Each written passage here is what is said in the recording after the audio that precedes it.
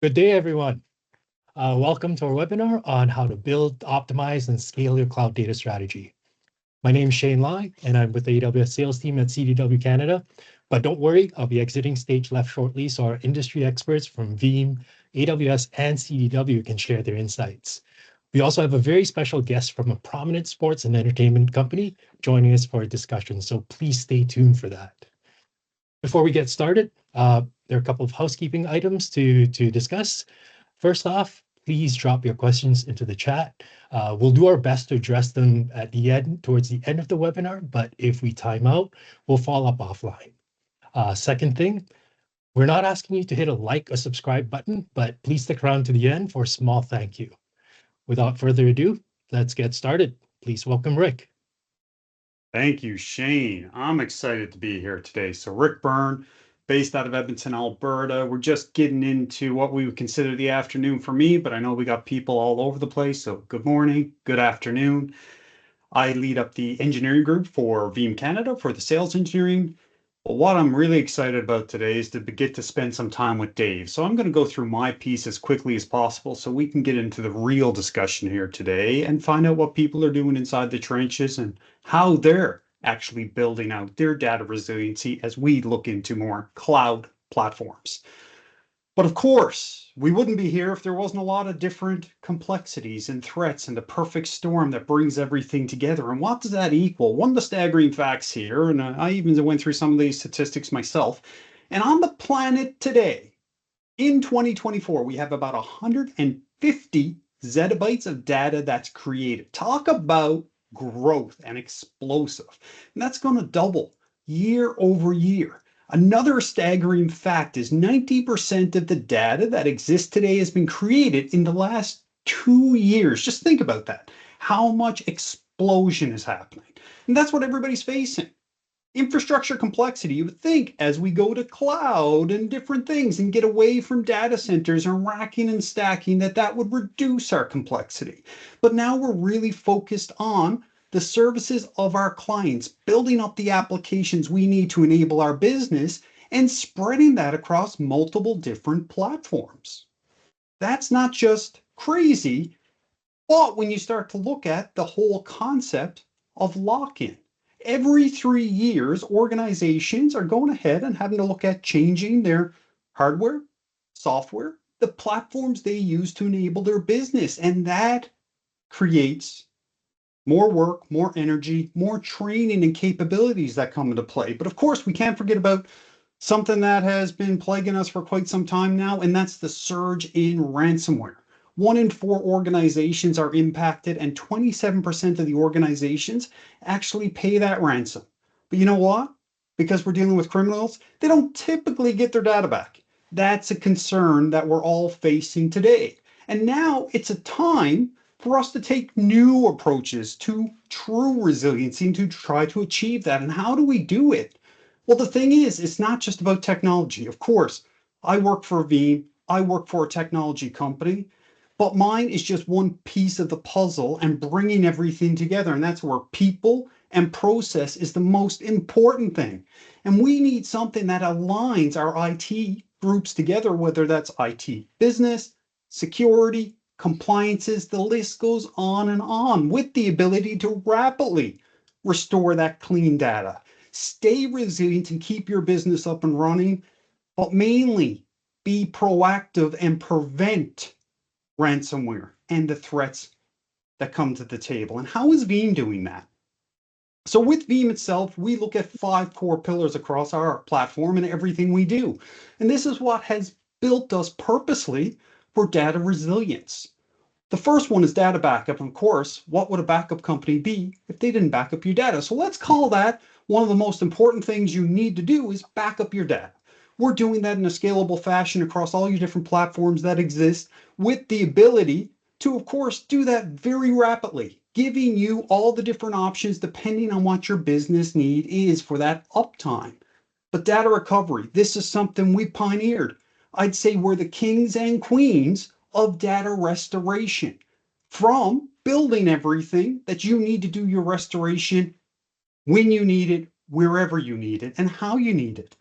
So you have multiple different restore scenarios you can leverage. Data freedom.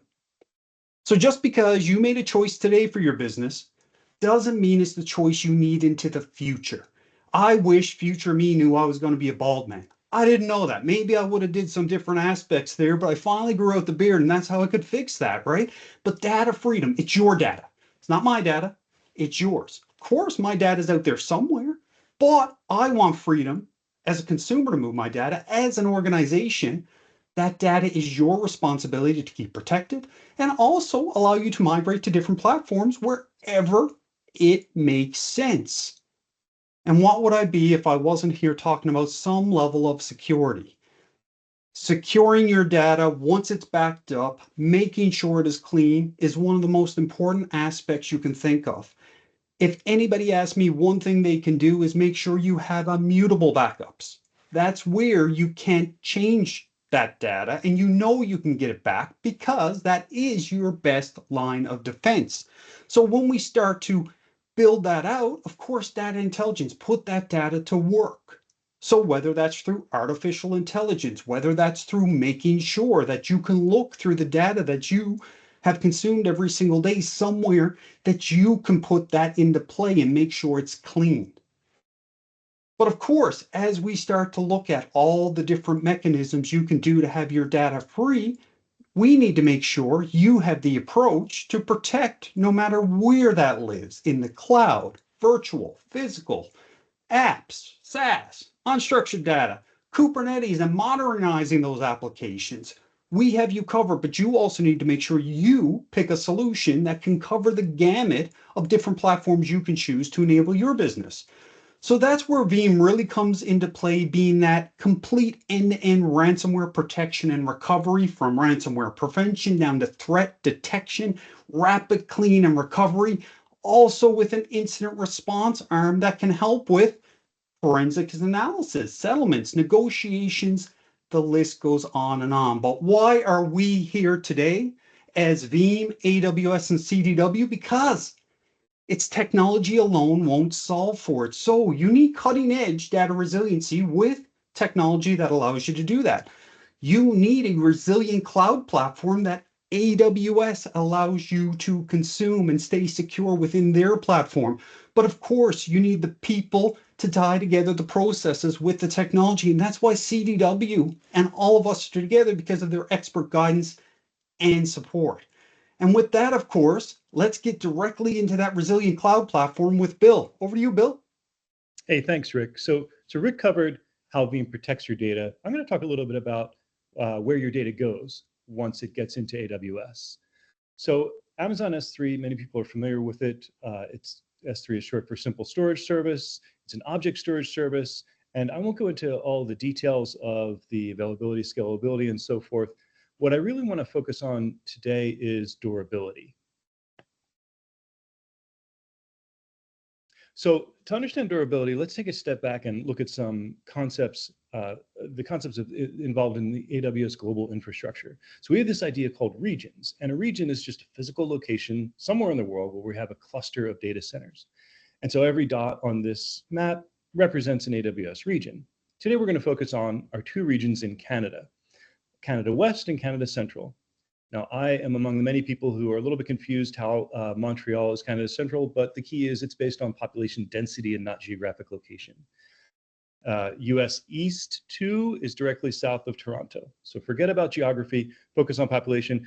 Last year, we opened up our second region in Canada, which means that if you have data sovereignty rules, you are now covered no matter where you are in the country. The Canada West region is near Calgary. So within each one of these regions, we have a minimum of 3 availability zones. You can think of an availability zone as a data center, even though it may actually represent more than one physical building or physical data center. But the important thing is that each of these availability zones has completely independent power, cooling, and networking. They're also located roughly 100 kilometers apart from each other. So that gives you protection against natural disasters that might affect a large-scale region. When Veeam stores your data into S3, it's stored redundantly across the entire region, meaning that any one of the availability zones can suffer an impairment and you can still read and write your data. And it doesn't matter where this data is coming from. So Veeam can protect your Office 365 data, your Salesforce data, your on-premises vSphere and other environments, your data that's inside AWS and EC2 instances. Veeam customers are using all of these data sources, and they're all going into Amazon S3. Now I'm going to reiterate, something that Rick touched on, which is ransomware is a growing business risk. I don't need to quote these statistics to you, but we do find that two things are really interesting that are happening right now. One is that ransomware attackers are deliberately targeting backup infrastructure. And it doesn't matter if you're Veeam or anybody else, the attackers know that if they can disable your backup infrastructure, then you can't recover and you have to pay the Bitcoin or whatever they demand. So we'll address how Veeam and AWS are solving that problem in a couple of minutes. Let's talk for a minute, though, about how we secure recovery options. So here we have a timeline, backup retention timeline. And so Veeam, again, doesn't matter if it's VBR or VBA, is storing these backups in S3. First, it's storing clean backups, represented by the blue disk. But then we have the introduction of a threat. And the problem is that the more time that goes on, the worse the situation gets in terms of the potential loss to your business. And so as we see in this diagram, after 3 daily backups, the threat is actually detonated. So it hasn't been detected yet, and it's detonated. Now, one thing Veeam is doing a really good job at is trying to get detection earlier and earlier. So for example, as a Veeam, Rick, correct me if I'm wrong, I believe it was 12.2, VBR 12.2, Veeam introduced malware scanning, right? Which scans for signatures and allows you to detect sooner whether or not there is malware in your backups.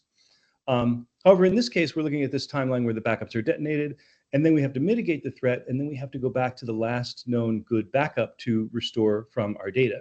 So really what I'm trying to say here is that it's critically important to secure your recovery options and also to detect if there's a compromise in your backup as early as possible. And so one of the things that we're doing to protect your backups is that we have a feature in S3 called Object Lock, and it can really help to mitigate the risk of malicious activity.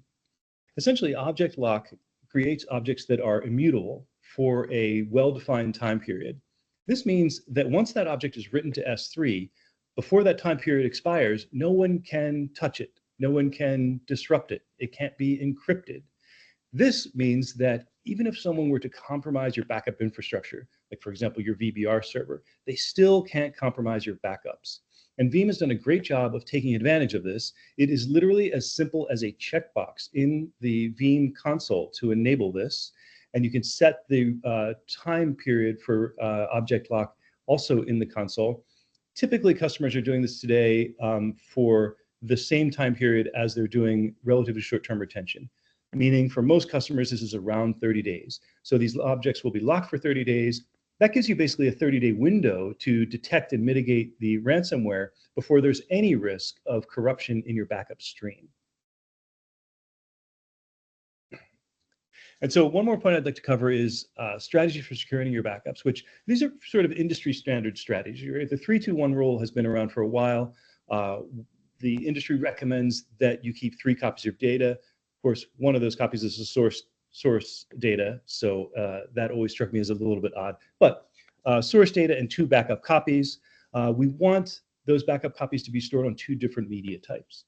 And so if you're using disk drives, solid-state disks in your data center, we want one of those copies to be in some other media, and S3 actually sort of counts as a different media type. So you're solving that part of this best practice by using S3. We also recommend that one of the backups be stored across regional boundaries. And of course, there were some limitations there up until last year with respect to the fact that we only had 1 region in Canada. Now we have 2. And so you can either do replication, or if you're in Eastern Canada, you can simply store your backups in Western Canada. One of the things that's sort of great about those regions in Canada is that AWS has an enormous amount of bandwidth between each region, and Canada is actually a great country for really high bandwidth. You don't have to cross any oceans to get from one data center to another. So it's very direct and very low latency between the 2 regions in Canada, and also between those regions and other regions around the world. And then finally, the 1 and the 0. So this is something that I believe Veeam actually sort of appended to the 321 guideline. One backup copy should be stored in an immutable vault. And so Veeam and AWS together enable that. And the last one for me is probably the most important one. 0 errors after recoverability verification. Please test your backups. And AWS provides a great sort of location for you to do this. You can go into an AWS region, whether or not it's the region where you're actually storing your data, doesn't matter. But you can, again, with one click in the Veeam console, you can take an on-premises, let's say a VMware vSphere VMDK, a backup of a VMware virtual machine, and you can actually restore that into an EC2 instance. And the great thing about having that EC2 capability there is that it's completely isolated from your on-premises, your live environment. And so if there is any corruption, there's almost zero chance that that kind of corruption can spread to any other virtual machine. So please, doesn't matter how often, just more than once a year, test your recoverability, whether you're bringing these backups back on premises or you're restoring it to a different region, doesn't matter how you do it, just make sure those backups are working and that you can recover that data. So now let's look into what are customers supposed to do if they need help, right? These strategies are pretty simple. But some of our customers don't really want to take on the heavy lifting of figuring out how to do all this stuff. And so for that, I'm going to turn it over to Michael. Yeah, perfect. Thanks a lot, Bill. So as Bill stated, and originally what Rick has stated about what Veeam can do, CDW can come in and continue on that process to get you on board and using the tools properly. So for the people, I do see quite a few people I do know and talked to in the past. So hi to those. For the people that don't know me, I'm Michael Code. I'm the manager for services for CDW Canada.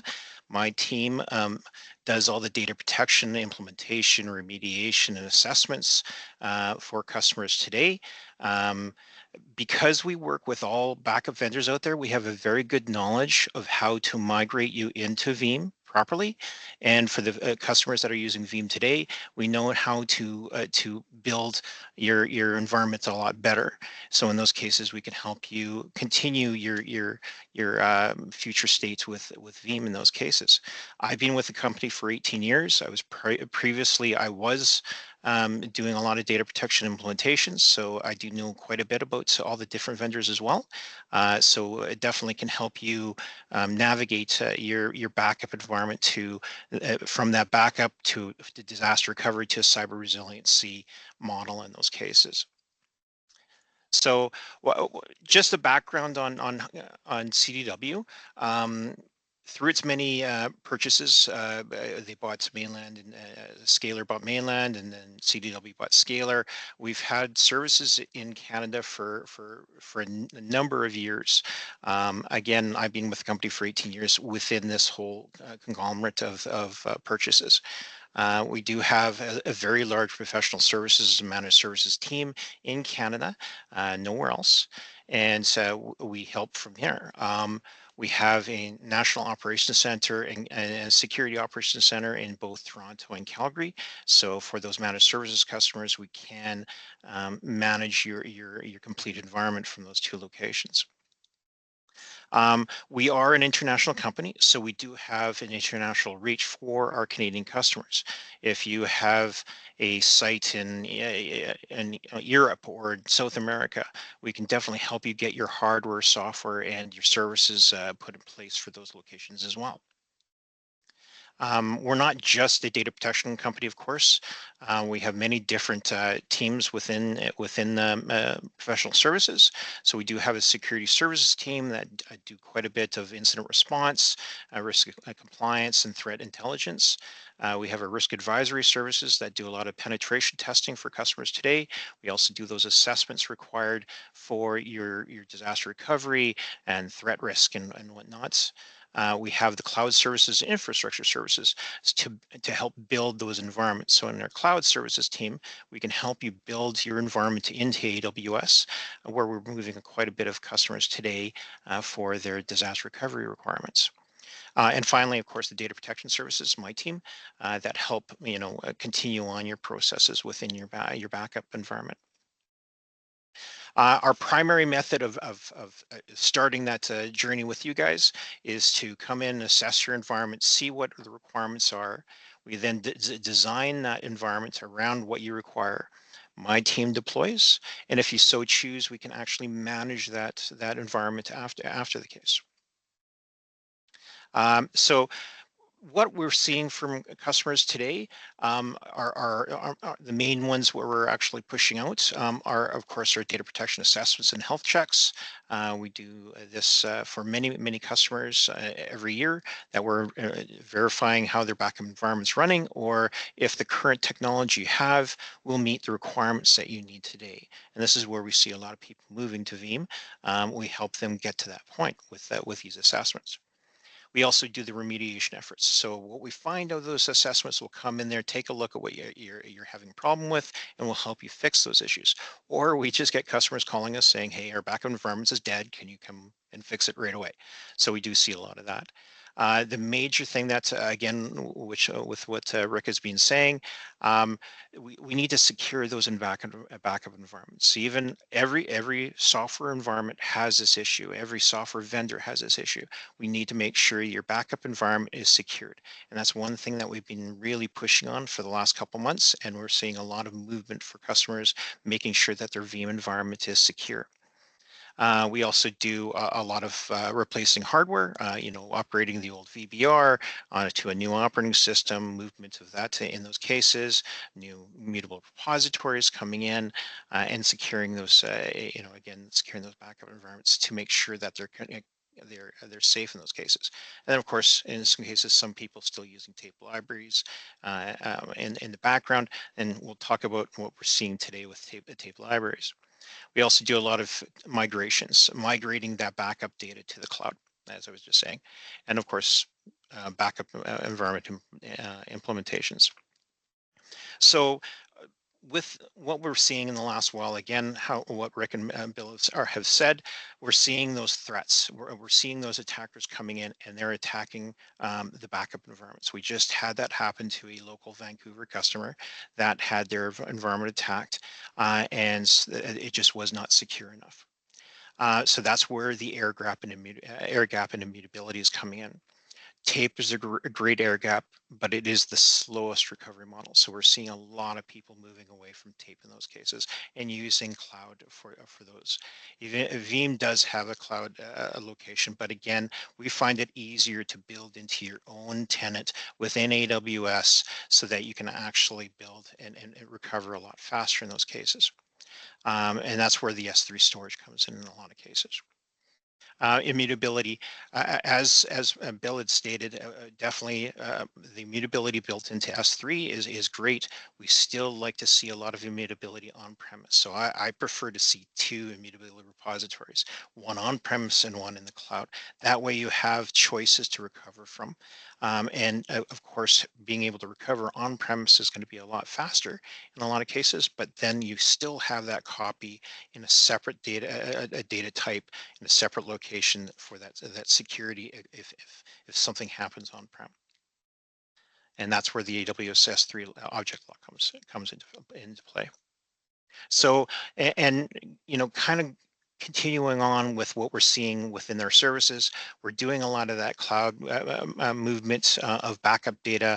So we're seeing a lot of replacement of tape and going to AWS for those cases. We're moving a customer in there today from Edmonton that is now going to be using S3 for their location for their backup data for the secondary site.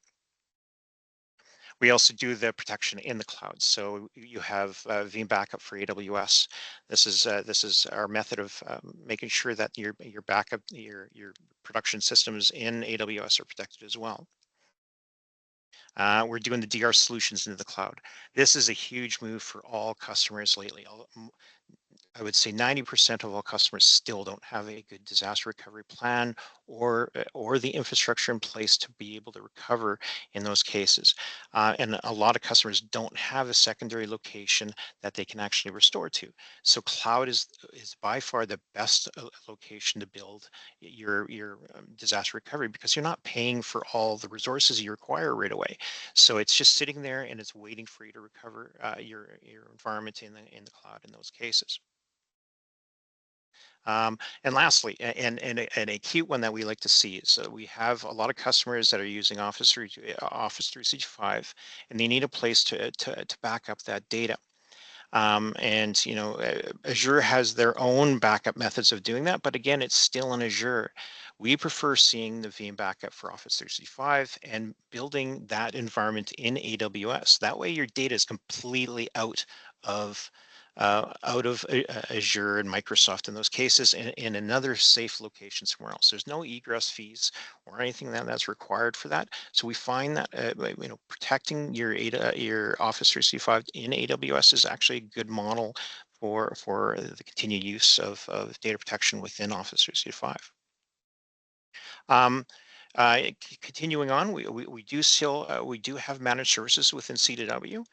So what we can do is we can build a backup as a service for you to monitor and make sure the upkeep of your backups are happening. And from there, we can actually build a DR as a service, so we can help you cover in those models that you require any issues. All right, and that's pretty much it for me. I'll just pass it off to Hey, Dave. before we jump into the MLSC part, I was just wondering, Rick, if you could address one of the questions in the chat, please. We would just like some further details on how can Veeam guarantee that all backups are mutable and free from ransom that can be restored. Definitely. So really it boils down into we have multiple different things, and maybe it's a deeper conversation. We need to take this away and offline, but we're going ahead and we're actually scanning the data as it comes in from the system of choice. So we're looking for malicious intent from there. We're looking to see if there's been encryption. Has there been any, intent of compromise? All those different things get flagged and will actually show the restore points. And you also have the ability to go back through and even do that post process as well and do Yara filtering and scanning. So this one is a little bit deeper. We have all the tools to leverage it, but it may be specific on exactly what this customer is doing. So we might take this one offline. And I think Chris McDonald's in the chat as well. Also a Veeam SE. Much brighter than me.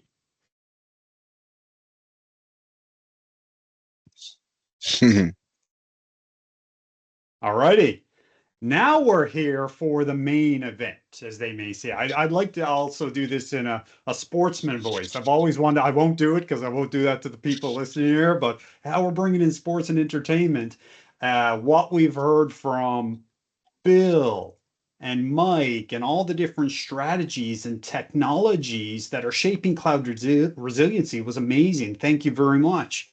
But now we're shifting gears to somebody who's been in the trenches looking at this day after day and putting those strategies into practice. And that's David with MLSE. And this is the part of the presentation I know I've been waiting for. I know everybody else has. They're facing data explosion. I'm sure through engagement, streaming, fan engagement, social media, the list I would imagine goes on and on. But they're dealing with multi-platforms every single day through different content delivery systems, vendor dependencies, ever-present threats of ransomware. But enough for me. Let's hear from somebody living it every day. David, could you introduce yourself? Then I'm biting at the bit to ask you some questions that I've been dying to ask. Yeah, absolutely, Rick. Happy to be here. So like the slide says, I'm David Adamkowski. I have 19 years of experience in IT operations and service delivery, and I currently serve as the Director of IT Operations at Maple Leaf Sports and Entertainment. My key responsibilities include overseeing all on-premise and core cloud infrastructure, including SRE, platform engineering, data operations and integrations, network operations, and system administration. And my team's mission is to maximize and unlock the potential of MLSE by providing stable and efficient operational technology base that can provide a launch pad for innovation. We're both partners with CDW and AWS, and we've been customers of Veeam for nearly a decade. So I'm really happy to be here and talk with all of you. Awesome. Thank you, Dave. And thank you for being a customer. Thanks for coming here and sharing your experiences with us. So, how has improving your data resiliency helped your organization ensure that the critical systems and services remain available? I'm sure that's extremely important, especially during those high demand events like when Toronto and Edmonton Oilers, I'm based out of Edmonton, played there the other night. Like that had to be tremendous demand. And also, even Taylor Swift, the list goes on, but fill us in. Yeah, I think resiliency isn't just one thing, right? It certainly isn't one size fits all. So data resiliency is one component that we consider when thinking about resiliency, but really we approach resiliency from a couple of different viewpoints. We need to consider our operating theater, what resiliency means for a particular workload, what service level we're trying to achieve, and things like that. So for example, in-stadium operations are totally different than back office and productivity tools, and we have to treat them differently, right? To give you an example, our in-stadium F&B and retail operations seem like traditional retail and F&B services, and they are for the most part, with a couple of unique constraints. Our fans are at the venue for 3 hours. But they want to spend most of their time in the bowl watching whatever's on display, whether it's hockey, basketball, or a concert.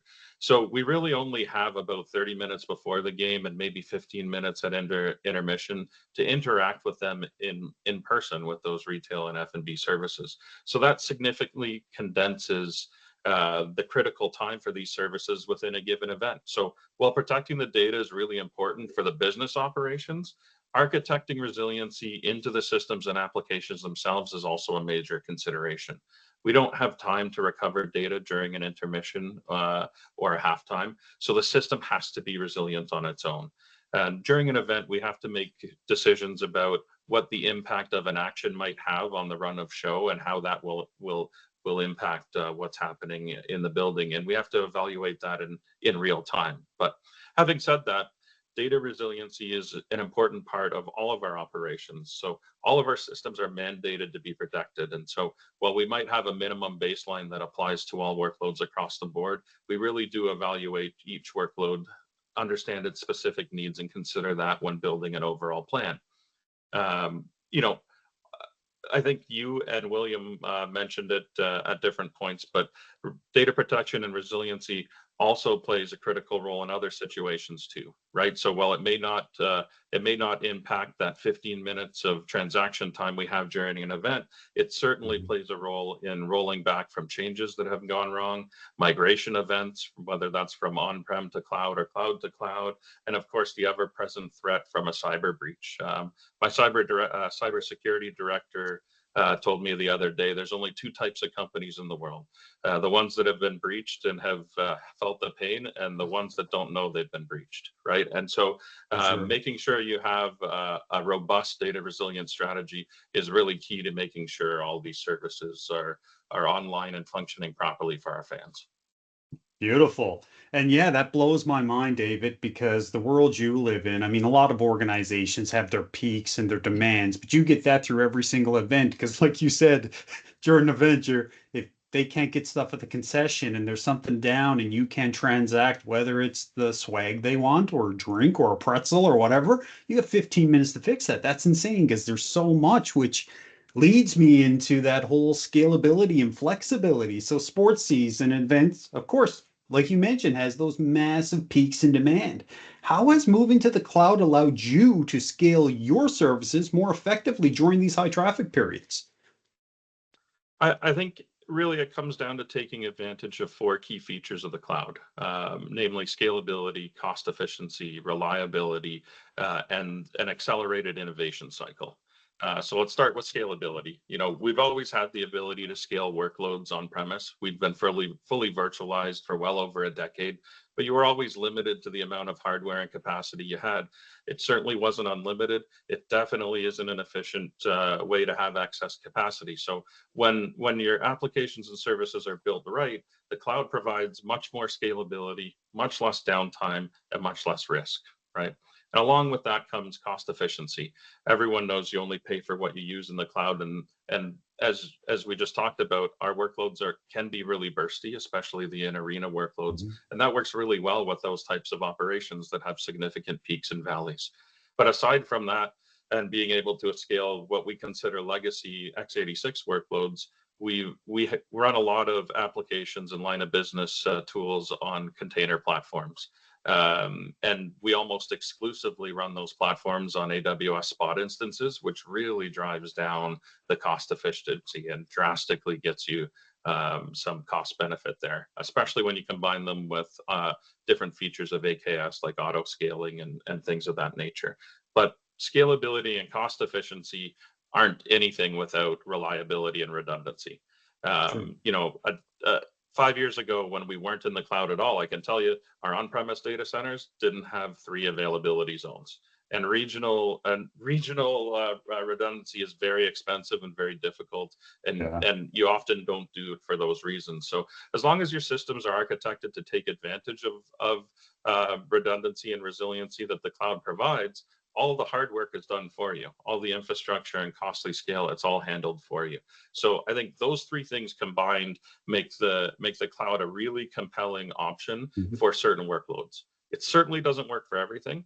No. So even at MLSE, we make decisions about where workloads will sit. So, you know, things that affect the live show, the video board, the in-arena announcing, things like that, that's all on premise. There's too big of a risk in taking that remote.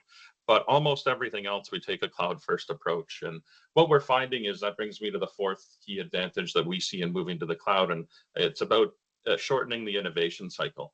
So we've used the opportunity of our cloud migration to modernize line of business and fan applications. And it's really important to us because there's only 82 game nights a year for each team. So there's 82 times to captivate a specific audience and get their attention. Especially, we want everybody to be fans of every team, right? So we're very limited in that type of availability for their attention. And so the ability to roll out new features for in-arena engagement or out-of-home engagement quickly is essential. Early on in our migration process, we moved all of our development to Kubernetes on AKS with a framework that we co-developed with AWS. And we use that platform for everything. Real-time dashboards for F&B, retail, ticketing, some of the interactive games that we project on the ice surface during the stoppages and play for the Maple Leafs. But we also use it as a platform for rapid prototyping for our biomech and sports research teams. So having a platform that can do so many different things so quickly is been really beneficial to our business. That's awesome because that's bleeding edge technology you're going down through as well. I mean, going cloud first, modernizing your applications, and putting that data to work because, of course, you're using some of that stuff to make things better and better. And that future growth and innovation is just the sky's the limit, it seems, for how you're approaching it. So, with all that, and I mean, the future growth and innovation, and you touched on that, and that's amazing, and everything that's happened in the sports and entertainment industry. But, you must have a trusted partner in the play here. And how has working with CDW helped you navigate the complexities of cloud adoption and data resiliency? Can you share any specific ways they've added value to your strategy or ease that transition? Yeah, so I think generally first, I think it's important to have trusted partners with a proven track record, right? Technology moves so quickly that it's impossible to have in-house expertise on everything. And Sure. even if you could, why would you? It's so inefficient. So, like I said, my operations team mission is focusing on unlocking velocity and innovation in our stakeholders. And essentially, partners kind of fill the same role for us. Our approach has always been use partners that we trust to be subject matter experts and fill the knowledge gaps in specific areas so that our internal people can stay focused on our mission. So we use partners like CDW as an extension of our team to a certain degree, help us accelerate the mundane things, tasks and things like that, as well as activate on more strategic initiatives. We were talking about cloud adoption a little bit, and for some that can be scary and uncomfortable.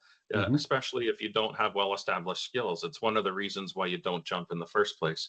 Instinctively, you know what the benefits are, and we talked about them a little bit earlier: scalability, cost, reliability, etc. But you have to weigh that against doing something you've never done before in a way that you've never done before, and what the risks might be for your business, right? And so that always is going to sound a little bit funny, but that always makes me think about skydiving. It's scary, and no one does it alone the first time. You always jump in tandem with a trusted partner, right? So for us, the start of our cloud adoption was very similar. We knew we had a team of highly engaged and knowledgeable, motivated people, but we needed some guidance. We needed someone to take the first jump with us, hold our hand, show us that it really wasn't that scary. You can't know everything. You don't know what you don't know. It's okay to ask for help. So partners like CDW, when used right, they can be that safety net as well as that guiding voice to help you take that first calculated leap of faith. That's awesome. So David, I gotta ask, do you skydive? No, absolutely Okay, not. I was gonna say, because It just you makes could me think take about me. it. We could go a duo jump sometime, but if you're not the trusted person for that, maybe I gotta find somebody else. I So, tell you, the first time I do it, it's going to be strapped to someone else. So okay, fair enough, fair enough. We won't go down that path. So, with that uptime and reliability and that safety net, like you said, with the scale of your events your organization manages, what role has the cloud technology played in maintaining the uptime and reliability for your internal teams and customer-facing services?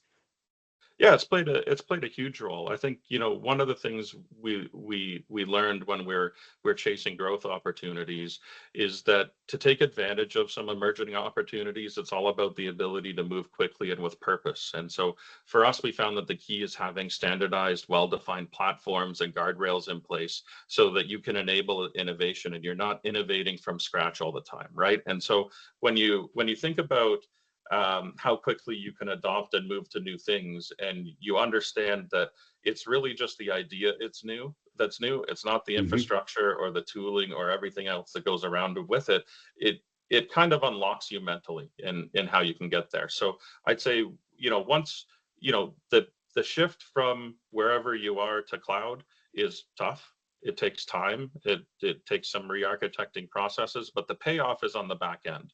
Once you've done that, you really unlock that speed of innovation, and you have that opportunity to correct some past wrongs, right? We had this saying when we went through our migration that we didn't want to move a flaming pile of crap, right? We wanted to take the opportunity to learn from some past mistakes, re-architect some things, and do it the right way. And I'd encourage anyone that's going through something similar to take that approach. And what Yeah. you'll find is you bake in resiliency and redundancy and standardization and guardrails, and that allows you to go much quicker with confidence. And so when those growth opportunities and emerging opportunities, whether it's a new business opportunity or a new technology innovation, it's easier to take advantage of those because you're not doing everything from zero. That's awesome because you're learning from mistakes that you possibly did in the past. I mean, we all learn from our mistakes. If not, we're not moving forward. And I love how you called out it's not even the technology, it is the process and the people. Those Correct. things that kind of tie it all together, right? That entire process, which leads down to, of course, your clients are the most important thing. Client trust and security. So data security and compliance are critical in our industry. We all know this. How have improvements in data residency and the cloud helped you build trust with your clients and protect their sensitive information? Yeah, listen, we go through that all the time because in Canada we have different rules around about compliance for personal information and things like that. So Mhm. we live and breathe that in a large part of our business. What's nice for us is we're an AWS shop, we're a Veeam shop, we're a Salesforce shop. So the product covers all areas where we store customer data, and it allows us to treat that customer data, regardless of where it originates with us, with the Yeah. same level of resiliency. And that's really important to us. So it's funny, while we were preparing for this session, Rick, I think you'd asked me if we were using the object lock feature Yeah. in AWS, and I didn't know. I don't push the buttons anymore. But the first thing I did when we got off that session was I called the team and I said, "Hey, are we using this?" And the answer was, "Yeah. Why wouldn't we? It's one checkbox and it does all these things." But I think when you talk about how you protect customer data, it it you have to make sure that you're covering your entire data catalog. It can't just be one thing in Yeah. one way, and that's where the power of Veeam is for me, regardless of where we've been in our journey over the last 10 years, whether it was on-prem with VMware whether it was in another cloud before AWS, whether it's in AWS, whether it's in Salesforce. I have a single pane of glass for data protection and compliance. I can apply the same policies across all the workloads. I have full confidence I have the same confidence in the data that I'm protecting on a file server versus the data I'm protecting in Salesforce. And I think that's really important in terms of peace of mind and making sure we're taking the right steps, right? Consistency across those different vectors is important. Love to hear that, because again, no matter what we do, it's all of our data in the end too, because I mean, the consumers are feeding that into a system. It's great to hear that those things are going out through everything you think about and everything you do. Now, of course, you got a team. Like you said, you had to call up somebody and ask about the object lock and was it enabled? So everybody is trying to do more with less in most cases today. Again, the whole complexity thing where it's not as complex, but it is, right?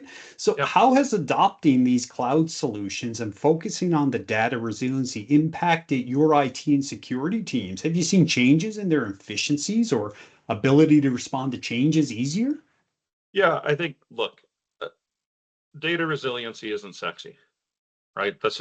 Nobody goes to bed at night dreaming about data resiliency and what they're going to do tomorrow. I But do, I, but I go mean, ahead. you might, Sorry. Rick, but you're probably the exception.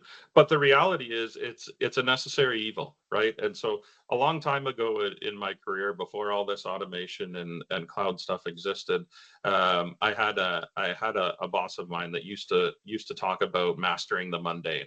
And I put data resiliency and backup recovery in that category. And the main message wasn't to ignore it because it's not sexy. The message was to get so good at it that you're so efficient at it that you can spend way more time doing the impactful stuff. And that's really the approach we take, not just with resiliency and backup and recovery, but with all of my teams in infrastructure and operations. The intent is to make sure people are working on high value, high impact tasks, right?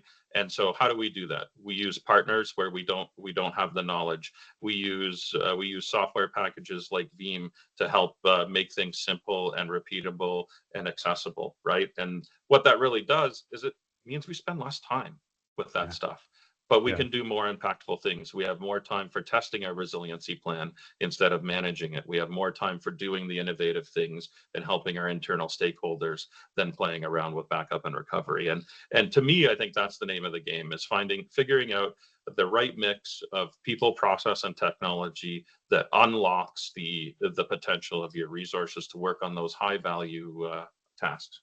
That's awesome, because it's that whole remove the turning of the knobs, because it gives you the capability, like you called out, testing your DR plan, your resiliency strategies, instead of worrying about all the bells and whistles to check mark and do this. That's awesome. So one last thing, and because I could keep you here talking all day, but I'm sure somebody will stop me at some point. So again, it's about the client services and the fan engagement. So from the fan experience and perspective, how has this transformation in your IT infrastructure allowed you to improve the services you offer to enhance client engagement? Like, why does Rick want to go? Yeah, I mean, that's a great question. We just took the wrapping off the first part of a renovation we started over the summer in our lower concourse area, and anyone that's been in the arena will immediately see the different offerings we have. So I talked a little bit about F&B and retail. What you might not know is we have 7 different F&B and retail systems operating in the venue. That's not Wow. something that we could do at scale 5 years ago from a data operations, an infrastructure operations perspective, but we can now. And so what that allows us to do from a fan experience perspective is we can cater to the customer that is comfortable tapping their credit card, walking by, picking up a beer, and going back to their seat. But we can also cater to the customer that wants to interact with a human and everything in between, right? And so those types of things, we didn't have the option to do those types of things at scale that we do now, right? That's awesome, because it's the convenience. I mean, I know when I go to a hockey game, sometimes, depending, I won't even go get a beverage for myself, for the fact I don't want to miss the game. I want to watch the game. I want to be there. I don't want to be the person who's not sitting in the stands when, the next big play happens, or in Edmonton's mind, sometimes not the next big play, right? But hey, that is what it is. David, thank you very much. I mean, this has been enlightening for myself. I'm sure it's been enlightening for everybody else here. And I thank you for everything you've shared, because it's great to hear how people are putting this stuff into practice every single day, and how you're looking at that innovation, the growth mindset of it all, and just resiliency, being adaptable to the changes we see every single day in our world, right? And you get to see it all because it's that constant peak and flow. It's not, oh, your month end, I'm sure, is crazy, but it's not the same concept as when you bring in those major acts and concerts. And I can't wait till you hit the Stanley Cup playoffs this year. Yeah, you and me both. So much fun being here, Rick. Thanks for having me. Thank you, David. Okay, so don't jump off the call yet, because there's something else here. It's just I got to play client services in the back end here and share a screen real quick.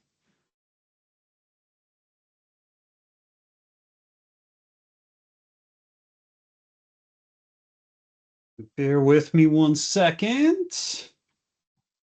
And if anybody has any questions, please toss them in the chat if they haven't already been addressed. And you should see this up on the screen. I think I'm kicking back to Shane at this point, unless I've totally disturbed the flow. No, you're right on point. Thanks so much, Rick. Thank you so much to all our incredible speakers, Rick, Bill, Michael, and especially thank you, David, for sharing all your valuable experiences with us today. To everyone on the webinar, please scan this QR code if you have your mobile device handy with you. But don't worry, you can also look up for a link in your email inbox. I just want to wrap up by saying, to echo what David said, remember, you're not alone in your journey in building business resilience. Whether you're just starting to explore cloud capabilities, you're looking to refine your existing strategies, our teams across the board from Veeam, AWS, CDW, we're here to support you every step of the way. So once again, thank you for joining us, investing your time with us today. Have a wonderful rest of the day. A few of Thank us you, will stay on the everyone. line just for a few minutes more if anyone does have any follow-up questions. Oh yeah, somebody just raised their hand. Or not, it was a tease.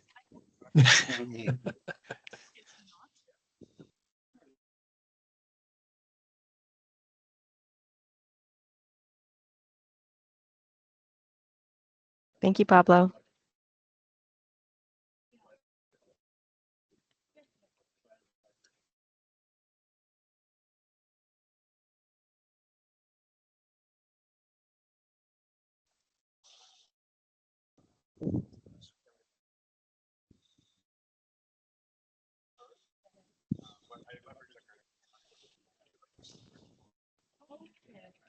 All right, it looks like no further questions.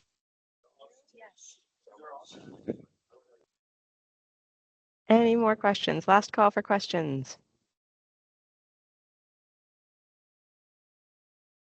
Okay. Perfect. Thank you, you, everyone. everybody. And thank you, Thanks, CDW, everyone. for everything you did putting this together. There's a lot of stuff that happens in the background as well. And thank you. Perfect. Thanks, guys. Yep. Thank you, everyone. Talk later. Thanks, everybody.